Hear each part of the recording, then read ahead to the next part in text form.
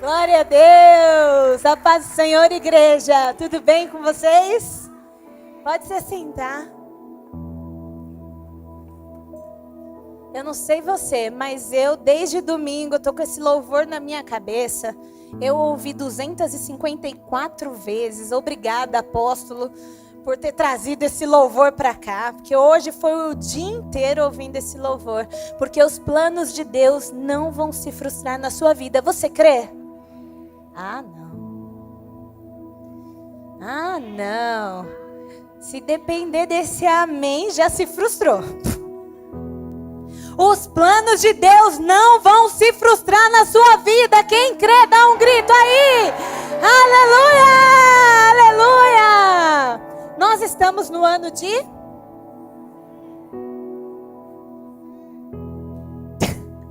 Eu ia falar Josué também.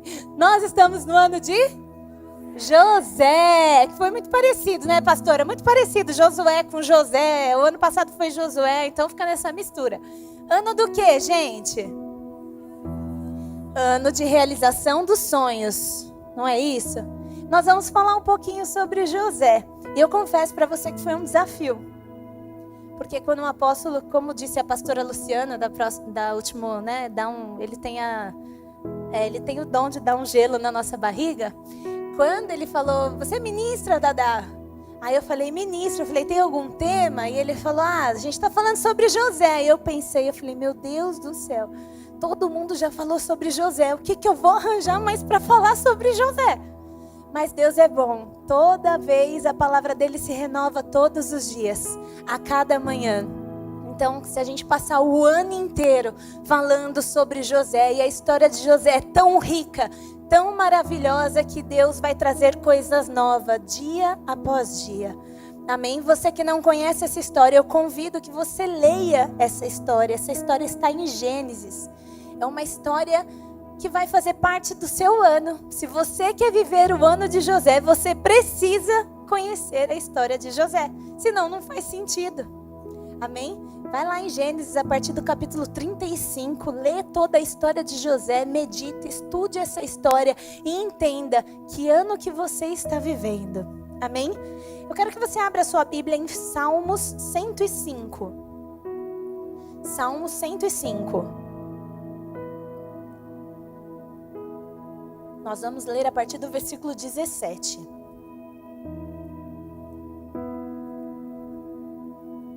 A Bíblia diz assim, ó.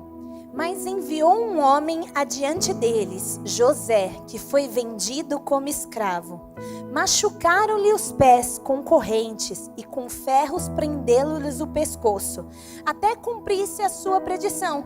E a palavra do Senhor confirmar o que dissera.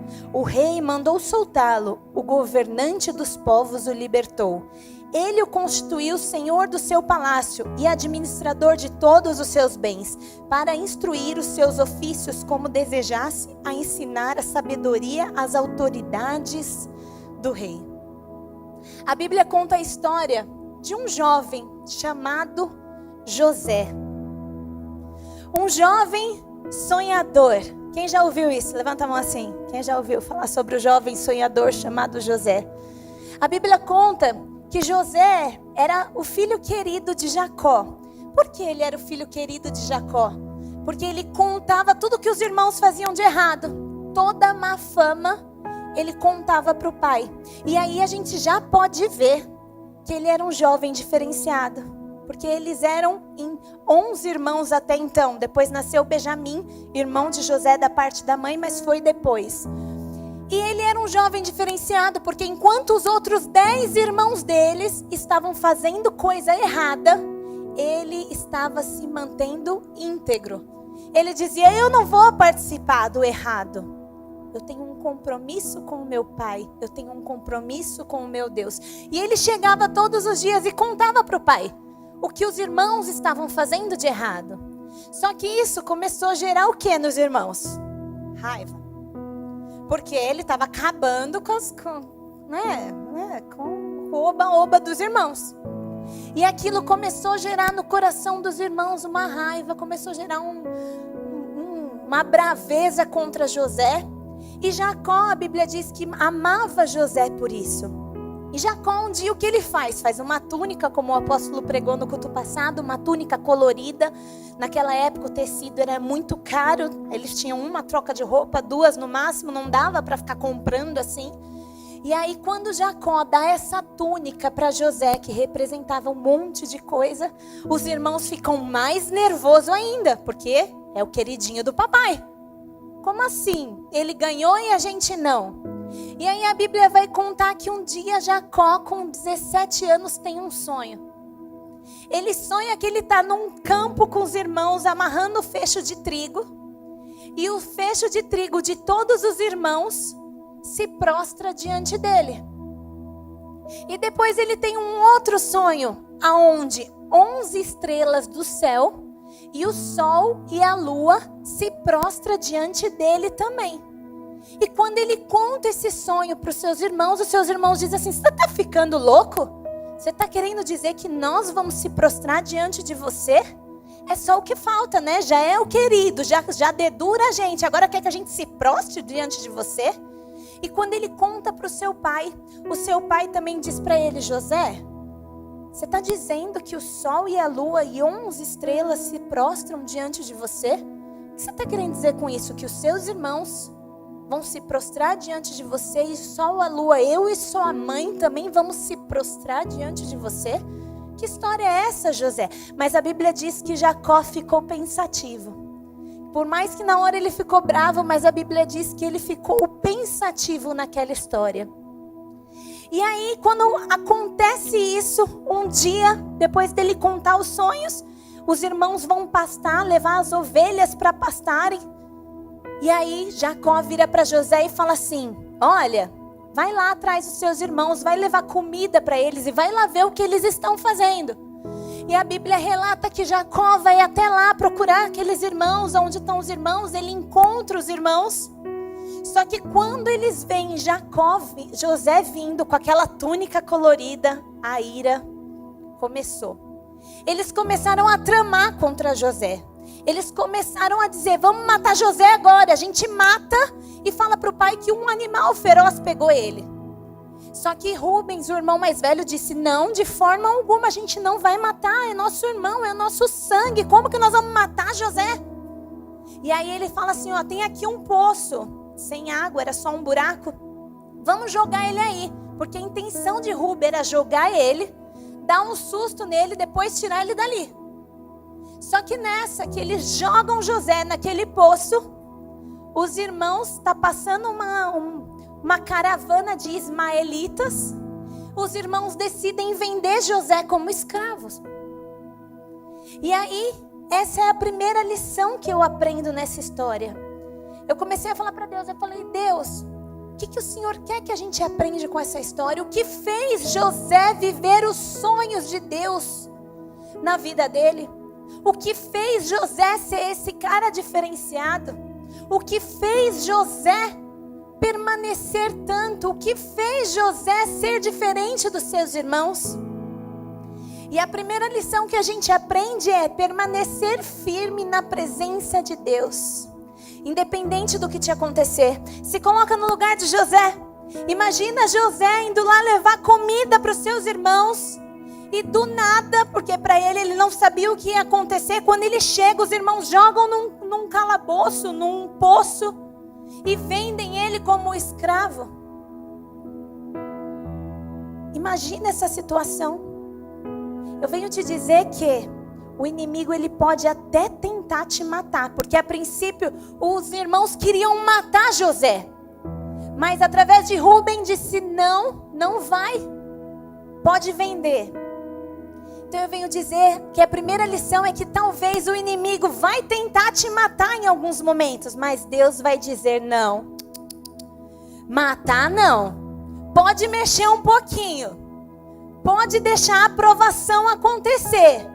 Pode deixar chegar as dores. Pode deixar, isso daí pode, porque nós estamos num mundo, mas matar não. A vida não é feita só de coisas boas. José era um menino temente a Deus. José era um menino que fazia tudo certo. a Bíblia diz. E quantas vezes eu e você acontece alguma coisa na nossa vida e a gente diz assim para Deus, eu acho que ninguém já falou isso, mas eu já falei.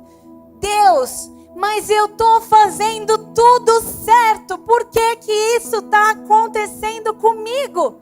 Alguém já falou isso para Deus? Alguém? Não, eu sabia que vocês jamais falariam isso, só eu falei isso para Deus um dia. Deus, eu tô te seguindo, eu tô buscando a tua palavra, eu tô orando, eu tô jejuando, eu tô indo para a igreja, eu tô seguindo os teus mandamentos. Por que tá acontecendo isso comigo? Eu fico imaginando José falando isso para Deus. A Bíblia não relata que José murmurou em momento algum. Mas na cabeça de José devia ter passado, o que está acontecendo, Deus? Eu estou fazendo tudo certo, eu sou o único dos meus irmãos que anda no teu caminho, que obedece o meu pai. E olha o que está acontecendo comigo. E aí eu venho te dizer, o fato de Deus ter sonhos para você, não vai isentar você de ser provado no meio do caminho.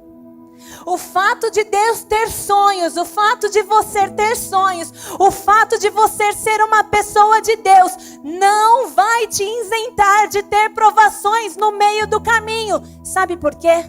Porque antes de toda bênção há um deserto. Antes de toda terra prometida há um deserto. Não há terra prometida se você não passar pelo deserto. Se não passarmos, se não vencermos o deserto, não chegamos na terra prometida. Então eu tenho uma notícia boa para você. Se você está passando por dificuldades, se você está passando por problemas que você não está entendendo, você não está sabendo de onde está vindo, por que está vindo, há uma promessa para você. Você está no deserto, há uma promessa, mas você vai sair desse deserto em nome de Jesus. Amém? Você crê? Diga assim, eu quero sair desse deserto. Eu vou sair desse deserto. Lembra sempre disso, não há como conquistar a terra prometida se não passar pelo deserto. Bispa, mas quanto tempo eu tenho que ficar nesse deserto? Quanto tempo? Vai depender de você. O povo lá do Egito, o povo de Israel, era para ter ficado 40 dias. Em 40 dias ele atravessaria o deserto para chegar na terra prometida. Mas por conta do coração, eles ficaram 40 anos no deserto. Por conta da murmuração, por conta de não crer, por conta de duvidar, por conta de murmurar o tempo inteiro. Deus disse assim, por conta desse coração, vocês vão ficar 40 anos. E o mais grave, eles não entraram na terra prometida. Quem entrou foi os filhos deles. O povo que saiu do Egito, só Josué e Caleb entraram na terra prometida. Então, cada vez que você murmura, cada vez que você questiona a Deus, você pode estar aumentando o seu deserto. Você pode estar aumentando o tempo da prova. Você pode estar aumentando o tempo que você deveria passar esse deserto e alcançar a sua bênção. Então, antes da promessa, sempre tem o deserto. João 16:33 diz assim, eu lhes disse essas coisas. Jesus está dizendo isso. Eu lhes disse essas coisas, para que em mim vocês tenham paz. Neste mundo vocês terão aflições, contudo tenham ânimo. Eu venci. O que Jesus está dizendo? Vocês terão aflição, mas calma, tenham ânimo, porque eu venci o mundo. O que ele está dizendo? Eu venci, você também vai vencer. Você também vai vencer. Você crê que você vai vencer esse deserto em nome de Jesus? Então faça como José. José passou por algo que ele não imaginava. Ele não imaginava. Pensa, hoje nós sabemos o desfecho dessa história. Nós sabemos o que ele se tornou. Nós sabemos onde ele chegou. Mas imagina naquele momento, ele sendo vendido como escravo. E aí a Bíblia diz aqui nos Salmos que a gente leu, amarraram, chicotearam, amarraram uma corrente no seu pescoço, ou seja, não foi coisa simples. Ele sofreu como escravo. É só você pesquisar como vivia um escravo. Ele passava fome, apanhava. Então imagina ele passando por aquela situação. Não foi fácil. Talvez o que você está passando o que você está passando não está sendo fácil. Ou você chegou aqui dizendo: Deus, eu não estou aguentando. Deus, me ajuda. Deus, eu preciso de um renovo. Deus, eu preciso, me ajuda. E Deus está olhando e dizendo: calma, filho, vai passar. Vai passar, continue caminhando, continue andando, porque esse deserto vai passar, porque eu tenho planos para a sua vida. E nessa hora que a gente está nesse deserto, essa música não faz muito sentido. Porque essa música diz assim, ó: ninguém pode me ajudar, mas se Deus tem um plano contigo, quem pode te ajudar? Ninguém pode me ajudar, ninguém pode me levantar, mas se Deus tem um plano contigo, ninguém impedirá. Agora que ficou bonito, de novo, vai. Ninguém pode me ajudar. Vai, canta comigo, senão eu vou ficar com vergonha. Mas se Deus tem um plano, ninguém impedirá. Talvez você está dizendo: Deus, ninguém pode me ajudar e ninguém pode te ajudar mesmo. Ninguém consegue te tirar desse deserto. Mas você tem um pai que pode te tirar desse deserto. O mesmo Deus que tirou José e passou José e cumpriu os planos, é o mesmo Deus que vai tirar você desse deserto. Você crê? Então aplauda o Senhor e diga: eu creio, Deus. E a história de José continua. Calma aí, gente, que não é todo dia que eu canto, né? Então tá me dando sede. Eu já falei que eu devia estar no louvor, mas já fui do louvor, tá bom, gente?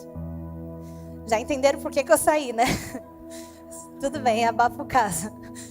E a história de José continua.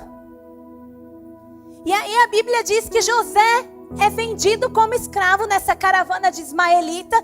E essa caravana leva José para o Egito. E quando chega lá no Egito, ele é vendido para Potifar. Potifar era chefe da guarda de Faraó. Faraó comandava, era o rei, né? Vamos dizer assim, do Egito. Comandava tudo. Faraó era Faraó. Simplesmente Faraó, que naquela época potência mundial, não era qualquer coisa. O Egito era a potência mundial daquela época. Eles mandavam em tudo, depois veio Roma, mas primeiro era o Egito. E Faraó comandava tudo. Por ele ser o cara, ele comandava o Egito e o resto das coisas, porque era do Egito que saía tudo. E ele é vendido para Potifar, para ser escravo na casa de Potifar. Só que o cara, ele era tão excelente no que ele fazia. A Bíblia diz que José fazia tudo o que era preciso. Ele era tão excelente, tudo que chegava na mão dele prosperava tanto, que Potifar olha para ele, vê ele trabalhando. Ele deve ter trabalhado um tempo como escravo, um bom tempo. E Faraó diz assim: esse cara é um cara diferenciado. Esse cara não é qualquer um, porque tudo que eu dou para ele fazer, ele faz de uma forma excelente. E além disso, tudo prospera. Se eu dou isso aqui, prospera. Se eu dou isso aqui, prospera. Se eu dou isso aqui, prospera. E Potifar olha e diz assim: vem cá, a partir de hoje você não vai ser mais escravo assim não. Você vai ser mordomo aqui da minha casa. Você vai cuidar de tudo que tem na minha casa. E a Bíblia diz que José começa a cuidar de tudo. Agora você imagina para José, porque eu nunca tinha parado para pensar nisso. José, aí ele subiu um pouquinho o degrau, né? Saiu da escravidão pesada e passou a ser mordomo. Mas você imagina José, tudo que ele colocava na mão prosperava. E a Bíblia diz que Potifar começou a prosperar muito por conta de José. Você imagina José passando na cabeça assim: "Oh Deus, eu sonhei que eles iam se prostrar, minha família, diante de mim. E agora eu estou aqui, fazendo o meu melhor e de tudo. E quem está prosperando é o cara. E eu continuo sendo escravo. Eu faço tudo e quem prospera é ele." Mas a Bíblia não diz que José falou isso em momento algum. E por isso José foi o cara que ele foi. Porque ele não murmurava. Quantas vezes você está no seu emprego e você foi contratado para fazer tal coisa, e você começa a fazer, e eu já ouvi essa frase demais: "Ah, porque aqui ninguém me dá valor, porque eu faço tudo, e quem prospera é o chefe. E quem prospera é o chefe." Escuta, Deus está olhando, querido. Deus está olhando. Talvez o seu chefe não pode fazer nada por você. O que ele pode fazer é cumprir aquilo que ele combinou com você, que é o salário que ele pode pagar. Mas Deus está te olhando. Continue fazendo tudo com excelência. Quem vai te honrar é Deus. Não espere a honra do homem. Não espere a honra do outro. O seu chefe até pode aumentar um pouquinho do seu salário. O seu chefe até pode te olhar e dizer obrigado, parabéns. Mas o que você está esperando, a honra que você está esperando, vem de Deus. E essa honra é bem melhor do que de qualquer outro. E aí o que muitas pessoas fazem? Olham para o lado e dizem assim: eu estou ganhando a mesma coisa que o outro está ganhando. Eu estou trabalhando muito mais que o outro. Eu estou fazendo tudo, o outro não está fazendo nada. E ninguém está vendo. Então quer saber? Amanhã eu vou chegar 5 minutos atrasado. Ah, amanhã eu não vou trabalhar. O outro falta pra caramba e ninguém fala nada. Eu nunca faltei, ganho a mesma coisa. José não fez isso, querido. A Bíblia diz que José continuou fazendo tudo com excelência. Sabe por quê? Porque José só foi o governador excelente que ele foi porque ele treinou lá atrás. E muitas vezes nós queremos ser excelente quando nós chegarmos lá no alto. Ah, então aqui, que estão me pagando mal pra caramba, porque eu devia ganhar 30 mil reais. Eu vou fazer meia boca. Quando eu tiver a minha empresa, quando eu tiver as minhas coisas, quando eu tiver os meus, eu vou fazer o máximo. Você não vai fazer porque você não aprendeu a fazer o melhor. Você não vai. Ah, não. Sabe o que é, bispa? Arranjei uma namorada, tô namorando, mas assim, meu namoro tá uma coisa só. Quantas pessoas a gente escuta isso? O namoro tá péssimo, só brigam, tá uma desgraça o namoro. E aí diz assim, não, quando casar melhora. É que o problema é a mãe, o problema é o pai que se mete, o problema... Filho, se não é excelente no teu namoro, não vai ser excelente no seu casamento. Se o seu casamento não é excelente, não adianta você achar que você vai ter filho e vai ser excelente. A excelência vem antes. A excelência vem lá no início. A excelência vem no começo. É aqui que eu treino a excelência, para quando eu chegar aqui, eu ser excelente, eu ser bom. Quantas pessoas eu vejo às vezes morando numa casa de aluguel e a casa está caindo aos pedaços. E aí você vai na casa da pessoa e a pessoa fala assim, ah não, essa parede está assim, mas é de aluguel. Se você não arruma a casa de aluguel, quando você tiver a sua, você não vai arrumar a sua também. A excelência começa com o que você tem. A excelência começa onde você está. Seja excelente aonde você está. O que você tem hoje, seja excelente. Essa é a segunda coisa que eu aprendo na vida de José. José não esperou ser governador. José não esperou alcançar o sonho para ser excelente. Ele foi excelente lá com o pai. Depois ele foi excelente na casa de Potifar. Depois ele era excelente na prisão. E aí sim ele foi um excelente governador. E não é à toa que os planos de Deus se cumpriram na vida dele. Seja excelente. Olha para o teu irmão do seu lado e diga assim, seja excelente. O que você tem hoje? O que você tem hoje? É um Fusca? Seja excelente com o teu Fusca, porque se você não cuida do teu Fusca, quando você tiver uma Ferrari, se você tiver uma Ferrari, porque quem não é excelente não precisa ter uma Ferrari.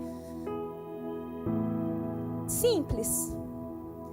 As minhas filhas, por exemplo, se elas não cuidarem do brinquedinho que vem do Kinder Ovo, eu não vou comprar um brinquedo de R$500 para elas. Você vai? Se ela não cuida de uma boneca que você paga R$30, R$20 no camelô, você vai dar uma LOL, você vai dar uma Baby Alive que custa R$400, R$500? Por que não? Por que não? Porque ela cortou tudo o cabelo da outra, porque ela riscou o rosto da outra, ela vai fazer isso com a... E você acha que Deus vai agir diferente com você? Por que você acha que com você é diferente? Se você não cuida do pouco que Deus está te dando, você acha que Deus vai te dar o máximo? Se você não cuida do Fusquinha, do Golzinho, do... Nada contra, porque eu tenho um Uno. Se você olhar lá fora, hoje eu vim de Uno. Se não cuida do seu Uninho, você acha que Deus vai te dar uma Ferrari? Seja excelente com o que você tem. Agradeça a Deus com o que você tem. Obrigada, Senhor, então é desse aqui que eu vou cuidar. E a gente escuta muito. Ah, não, bispa, quando eu tiver, vai ser diferente. Quando eu alcançar, vai ser diferente. Quando eu tiver a minha empresa, quando eu tiver o meu carro dos sonhos, quando eu tiver a minha casa com piscina e churrasqueira, quando eu tiver isso aqui, quando eu tiver o meu namorado dos sonhos, esse aqui é o que eu estou passando tempo. Quando eu tiver o dos sonhos, vai dar certo. Ei, José era excelente quando ele foi escravo. José era excelente quando ele era filho. Presta atenção, F5. Excelentes filhos viram excelentes maridos e excelentes mulheres. Não queira ter uma família abençoada se você não sabe ser filho. Leve isso para a vida de vocês. Se você não sabe obedecer seu pai e sua mãe, você não vai saber lidar com a tua esposa ou com o teu marido no futuro. Aprenda isso. E para vocês, igreja, estou falando aqui porque eles ficam tudo concentrados aqui. Cadê o F5 lindo? Agora para vocês, talvez você não foi um excelente filho. Talvez você não foi. Agora você pensou assim, agora eu entendi porque quando estou sendo um excelente marido. Porque quando estou sendo uma excelente mulher. Mude essa história hoje. Mude essa história hoje.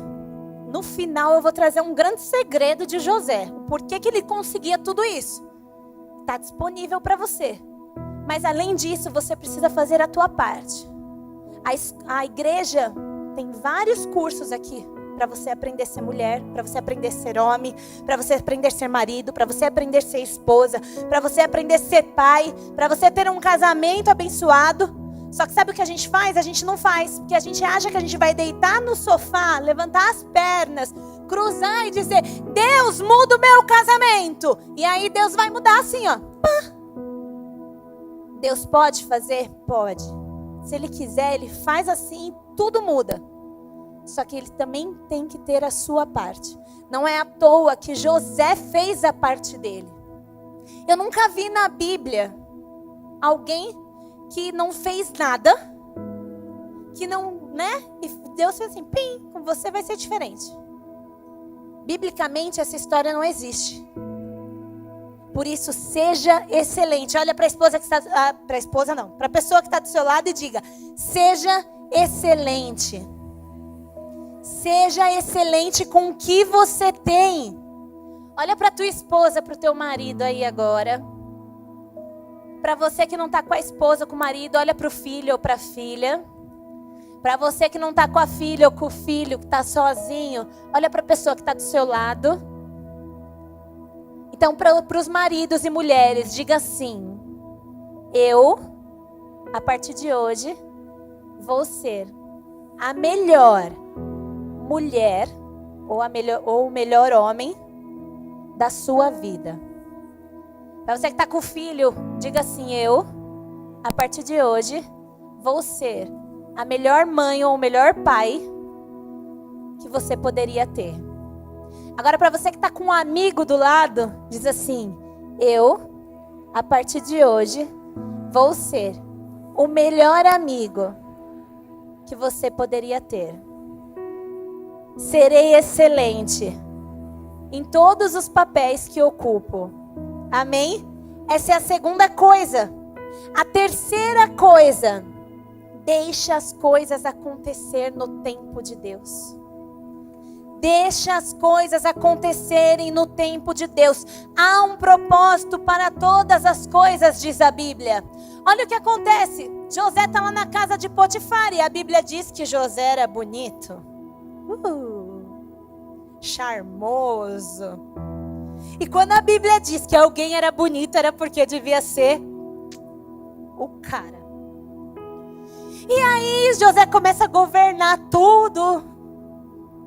E aí a esposa de Potifar, acho que ela olhava, né, José, e dizia assim: o bicho é bonito. Potifar, não tinha um mais feinho para você pôr aqui dentro de casa? Você vai e coloca logo isso aqui dentro de casa. E aí eu acho que um dia, né, ela chegou para José e disse assim: então, você está cuidando de tudo, não quer cuidar de mim também, querida? A Bíblia diz que ela convidou José para ir para a cama com ele. E José disse assim: você tá maluca? É sério, eu não tô mentindo não. A Bíblia que diz que ela chamou José para ir para a cama com ele. A pastora Marta tá rindo, é verdade. E aí José olhou e disse assim: você tá maluca? Eu tô cuidando de tudo do meu Senhor aqui. Ele confiou tudo. Mais uma prova da integridade do menino. Porque qualquer outro teria dito: claro, querida, vamos, o que mais você quer? Né? A integridade de José. Você tá maluco? O senhor Potifar confiou tudo isso aqui. E aí o que ela faz? Um dia ela agarra ele, fica com a capa dele e fala para José e fala para Potifar que José tentou pegar ela. Potifar, lógico, fica irado e joga José na cadeia. Mais uma vez, fazendo tudo certo, sem motivo nenhum, José é injustiçado. Mas mal sabia José que tudo fazia parte do plano de Deus para a vida dele. Eu não sei como você chegou aqui, talvez você tenha sido injustiçado. Talvez estão falando de você sem motivo. Ei, faz parte do plano de Deus. Deixa falar, deixa fazer. Continua servindo a Cristo, continua fazendo a obra de Deus. E aí Potifar joga José na cadeia. Só que José era tão o que, gente? Que o carcereiro olha para ele, porque é aí que a Bíblia diz que ele fazia tudo o que precisava ser feito na prisão. O carcereiro olha para ele e fala: esse cara é diferenciado. Os presos estão dormindo, tá todo mundo falando aqui que não devia estar aqui, que não é culpado, porque se você for na cadeia ninguém é culpado. Tá todo mundo falando aqui que tá injusto e o cara que tá aqui fazendo tudo, não tá criticando. E José começa a organizar a cadeia.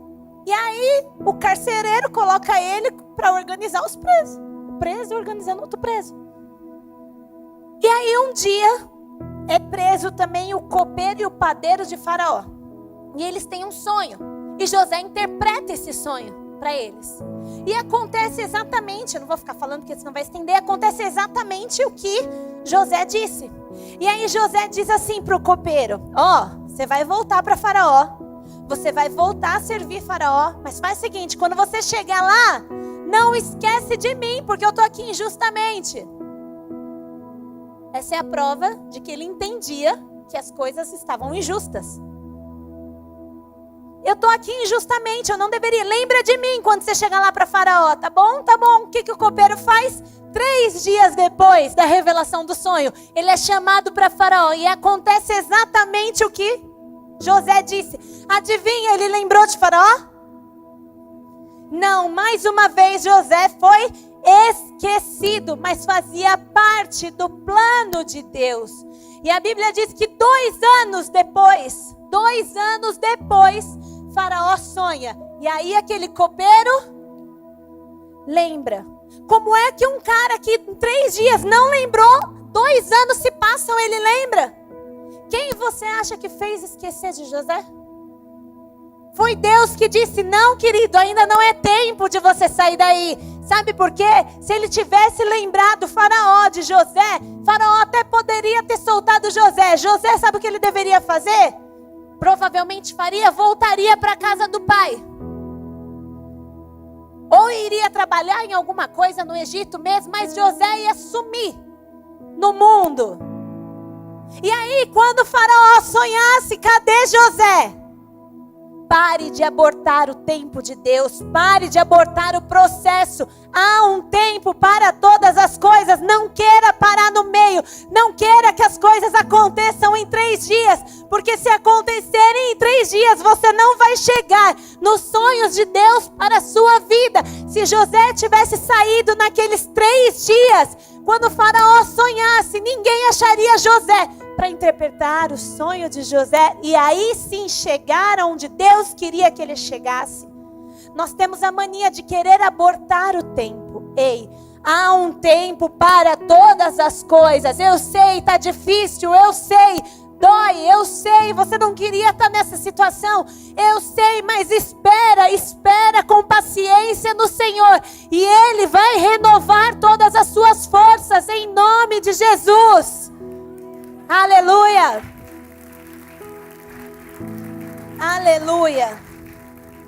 Quando nós queimamos etapas, nós não chegamos aonde deveríamos chegar. Ou se chegarmos, não estaremos preparados para estar onde estamos. Quantas pessoas você vê pegando fama de um dia para o outro e do mesmo jeito que elas chegam, elas caem. Elas não estão preparadas para receber aquilo, porque foi de um dia para pum. Nada é saudável de um dia para o outro. Ah, bispa, se aparecesse 5 milhões na minha conta, seria muito saudável. Não seria. Não seria, vai por mim. Se você não aprender a lidar com 5 milhões na sua conta, não vai ser saudável para você, para sua família e para ninguém que está ao seu redor. Você vai apertar o botão, autodestruir. Pum. Quantas pessoas a gente vê fazendo isso? Não aborte os processos. Não aborte o tempo de Deus. Eu sei, diga assim: Deus, tá difícil, tá doído, tá doendo, mas se tiver que passar, eu vou continuar passando, eu vou continuar, e eu quero que o Senhor cumpra em mim os teus sonhos, os teus planos, os teus projetos, porque eles são maiores do que eu possa pensar ou imaginar. Sabe que na virada do ano, o apóstolo trouxe uma palavra aqui. Eu estava toda empolgada, né? Porque vai ser o ano dos sonhos, porque eu vou pôr todos os meus sonhos, porque vamos fazer isso, vamos fazer aquilo, vamos fazer não sei o quê, vamos fazer, e a gente vai olhar e vai orar, e os sonhos vão se realizar, e põe o sonho ali, põe o sonho aqui, papapá, e quando o apóstolo veio na virada do ano, ele disse: ótimo os seus sonhos, ótimo, perfeito os seus sonhos, legal. Mas você já perguntou quais são os sonhos de Deus para a sua vida? Porque, gente, os sonhos de Deus são muito maiores do que os seus. Se Ele revelar para você, você não vai conseguir entender. Por isso que Ele revelou um pedaço para José, um pedacinho. O sonho que José teve foi muito pequeno, perto do que ele se tornou, perto do que ele era. Então eu venho te dizer, esse teu sonho é muito pequeno perto do sonho de Deus. Esse teu sonho não é nem 10% do que Deus tem para você, do que Deus sonhou para você. Os sonhos de Deus são muito maiores e esses sonhos não se frustram. A Bíblia continua dizendo, após 13 anos de José como escravo, sendo preso na casa de Potifar, 13 anos desde quando ele foi vendido pelos irmãos, Faraó sonha. E aí Faraó tem 2 sonhos lá, blá blá blá. E aí ele acordou inquieto, e ele chamou todos os magos, todos os feiticeiros, e ninguém conseguiu decifrar o sonho. Aí o copeiro disse: lembrei, José, tinha um cara lá na cadeia que me ajudou e que cumpriu tudo o que ele disse. Faraó disse: traga esse cara aqui. E aí Faraó conta o sonho para José. E José, adivinha o que ele faz? Revela o sonho. E aí, olha que coisa, agora é uma virada de chave na sua vida. Faraó coloca ele como governador do Egito. Você sabe por que Faraó colocou ele como governador do Egito? José foi colocado como governador do Egito porque ele revelou o sonho? Não. José foi colocado como governador do Egito porque ele solucionou o problema. Achar o problema todo mundo acha. Ver o problema todo mundo vê. O que me torna diferenciado é solucionar problemas. É solucionar aquilo que ninguém consegue solucionar. Quantas vezes eu olho para o meu casamento e digo, isso aqui está péssimo, está a ponto de separação. Ok, filho, isso todo mundo está vendo, seus filhos, a sua família, está todo mundo vendo. A questão é o que você vai fazer para solucionar esse problema. Porque se você só ficar olhando para ele, não vai mudar. O casamento vai destruir.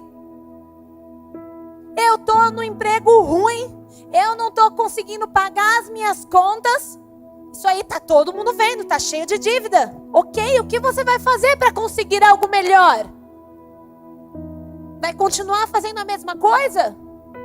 Vai fazer um curso, vai entregar currículo, vai fazer alguma coisa para mudar de vida? Por isso, José se torna diferenciado, porque ele revela o sonho e diz para Faraó assim: vai ter 7 anos de fartura e depois 7 anos de fome, e a terra vai ficar com fome. E aí Faraó fala, uau, legal. Aí ele diz assim, mas o Senhor deveria fazer isso, estoque o alimento, faça isso, faça aquilo, traga, produza, blá, blá, blá, blá. Porque quando chegar os 7 anos de fome, você vai ter alimento para todo mundo, o Egito não vai passar fome, não sei o quê. Aí Faraó olha para ele e diz assim, ó. Gênesis 41 diz assim: Faraó disse a José, tive um sonho que ninguém consegue interpretar, mas ouvir falar de você. Ao ouvir o sonho é capaz de interpretá-lo. Respondeu-lhe José, olha o que José responde, presta atenção. Isso não depende de mim, mas Deus dará ao Faraó uma resposta favorável. O que José fala aqui? Não sou eu que interpreto. Quem interpreta é... Grava isso também que vai ser importante. No 38 continua assim. Por isso Faraó lhes perguntou, será que vamos achar alguém como esse homem em que está o Espírito de Deus? Quando ele falou as estratégias que deveria fazer, Faraó virou para os seus conselheiros e diz assim, será que em todo o Egito nós vamos encontrar alguém que tem o Espírito de Deus como esse cara tem? Aí ele continua. Disse, pois, Faraó a José, uma vez que Deus lhe revelou todas essas coisas, não há ninguém tão criterioso e sábio como você.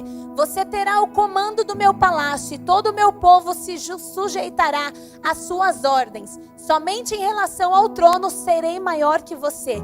E o Faraó prosseguiu, entrego a você agora o comando de toda a terra do Egito. Lembra que José tinha sonhado que os irmãos se prostrariam diante dele? A fome foi tanta que eles tiveram que vir, os irmãos, no Egito buscar comida, porque só o Egito tinha comida.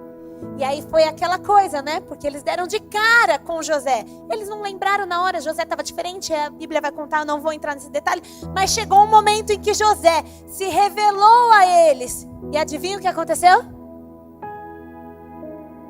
Todos se curvaram diante de José. Mas lembra que eu disse que os sonhos de Deus são muito maiores?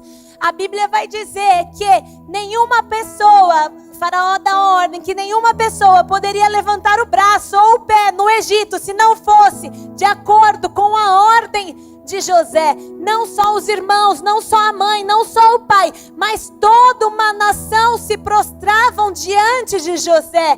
Ei, existia um segredo em tudo isso. Bispo, eu entendi.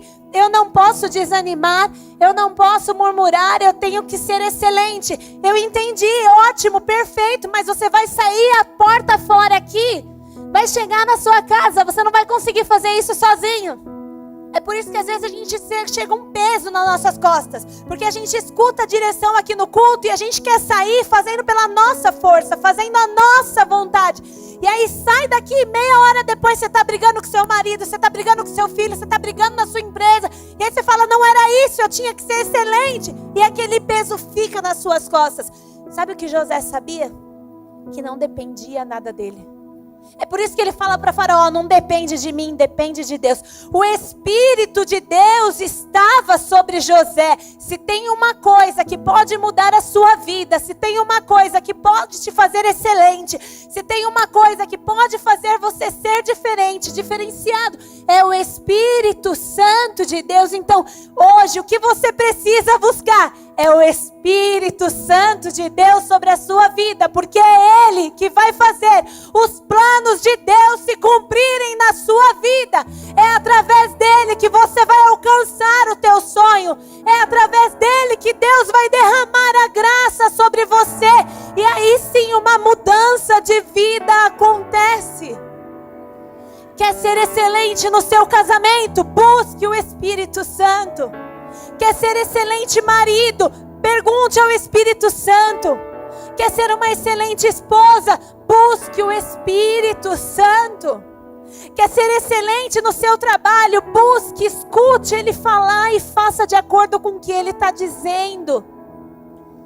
E quando eu saí daqui no culto, na virada do ano, eu falei, bispo, a gente foi conversando no carro. E eu falei, sabe qual é o grande problema? É que a gente pega a responsabilidade e joga tudo para Deus. Pum. Então é assim, Deus tem um plano na minha vida, eu não preciso fazer nada, porque vai acontecer. Então eu deito no sofá, fico lá deitada, esperando que aconteça. Ou eu faço isso, ou eu saio do culto e digo assim, então tá na minha mão.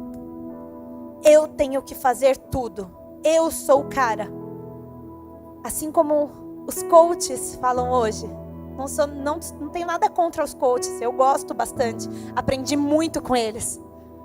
Mas é tudo você tem que fazer. Você é o cara. Você, tá tudo nas tuas mãos. O governo é teu. Você blá. E isso é uma mentira.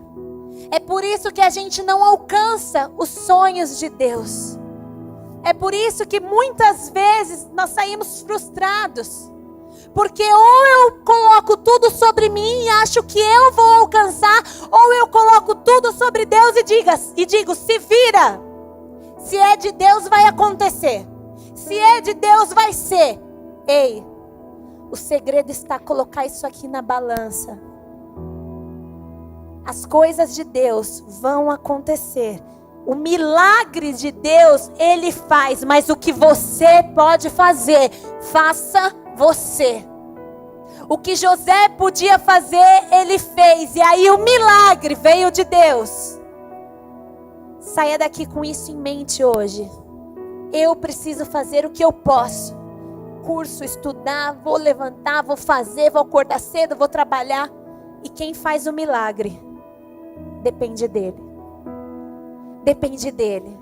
Então não adianta, você pode fazer todos os cursos. Se o Espírito Santo não estiver sobre você, você não será um excelente marido.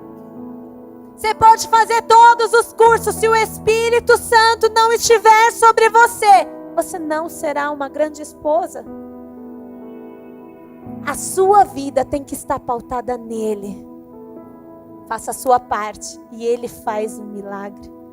Os sonhos de Deus não vão se frustrar na sua vida. Bispa, eu vim aqui pensando nos meus sonhos. Meus sonhos, ano da realização, eu estou precisando. Amém, eu também tenho um monte de sonho para realizar. Meu papel está aqui lotado de coisa. Mas eu sei que em primeiro lugar eu preciso buscar esse Espírito que vai me ajudar a realizar esses sonhos. E esses sonhos vão ser pequenos perante do que Deus tem para mim. Então se eu tiver que escolher entre os meus, e se eu tiver que escolher entre os meus que estão aqui, e entre os sonhos de Deus, eu já falei para Deus, Deus, anula deles, eu quero os seus, porque eu sei que nos seus vão conter muitos mais. Vai ser muito melhor do que eu podia imaginar. Aquilo lá fica pequeno perante do que o Senhor tem para mim. Hoje é dia de buscar o Espírito Santo. Nós vamos buscá-lo, porque é nele que você vai encontrar paz. É nele que você vai encontrar sabedoria para lidar com as situações. É nele que você vai encontrar como realizar isso aqui. É nele, ele que vai dizer: ei filho, isso aqui que você colocou, a gente pode até realizar, mas isso aqui não é nada para você. O que eu tenho para você é muito mais. O que eu tenho para você é muito mais do que um carro. É muito mais do que uma viagem. Eu coloquei aqui que eu quero ver a neve, porque eu nunca vi a neve. Mas Deus está olhando lá de cima e está falando: filha, eu posso te levar para ver a neve, eu posso. Mas isso não é nada perto do que eu tenho para você. Perto das vidas a serem ganhas, perto do meu chamado, perto de onde eu quero te colocar. Então a gente pode ver? Pode, mas deixa isso aí para depois. Vamos realizar os meus sonhos e o resto a gente vê depois.